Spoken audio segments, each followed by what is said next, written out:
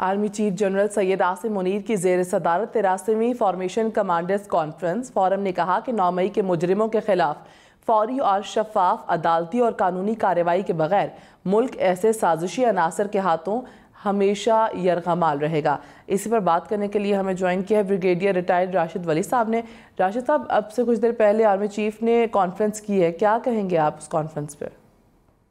जी बिल्कुल, ये काफ़ी कंसिस्टेंसी है इस पॉलिसी में कि अगर हम माशरे में बिगाड़ और पोलराइजेशन पैदा करेंगे और डेटरेंस क्रिएट नहीं करेंगे और जज़ा सज़ा का निज़ाम नहीं होगा तो उस माशरे में बिगाड़ पैदा होगा। मुल्क इस वक्त पॉलिटिकल स्टेबिलिटी और माशी इस्तेहकाम इसकी तरफ जा रहा है और इसको बरकरार रखने के लिए वो जज़ा और सज़ा का सिस्टम ज़रूरी है। तो इसलिए 9 मई के परपेट्रेटर्स उनको करारे वाकई सज़ा देना ये एक बहुत अहम जुज़्व है जिस पे शुरू से आर्मी की क़यादत मुत्तफ़िक है और सियासी क़यादत भी इस पे मुत्तफ़िक है।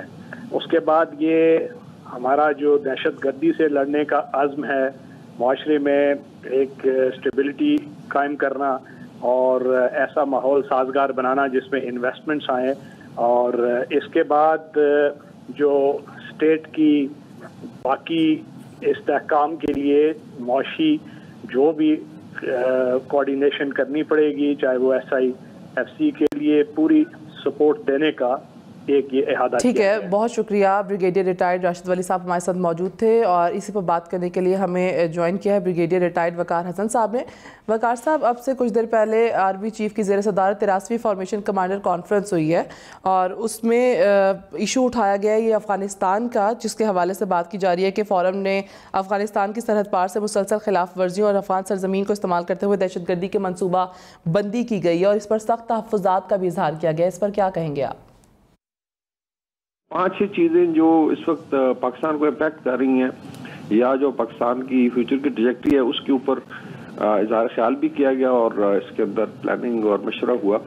इसमें दोनों बॉर्डर्स की सिचुएशन है, स्पेशली अफगानिस्तान का स्पेसिफिक जिक्र था, बस वहाँ से जो टेररिज्म है as a state policy Pakistan के अगेंस्ट इस्तेमाल हो रहा है, उसके अगेंस्ट जो मिलिट्री है, लॉ इन्फोर्समेंट एजेंसीज हैं, इंटेलिजेंस है, वो ऑपरेट कर रही है। इंटेलिजेंस बेस्ड ऑपरेशन है, उसमें काफ़ी तेज़ी आई है और अफगानिस्तान की गवर्नमेंट को भी आई थिंक बारहा कम्युनिकेट किया गया कि ये पॉलिसी अभी नहीं चलेगी, इंशाल्लाह पाकिस्तान कामयाब होगा। इसमें आई थिंक 5-6 चीज़ें जो इस वक्त बराह रास्त ले चलते हैं।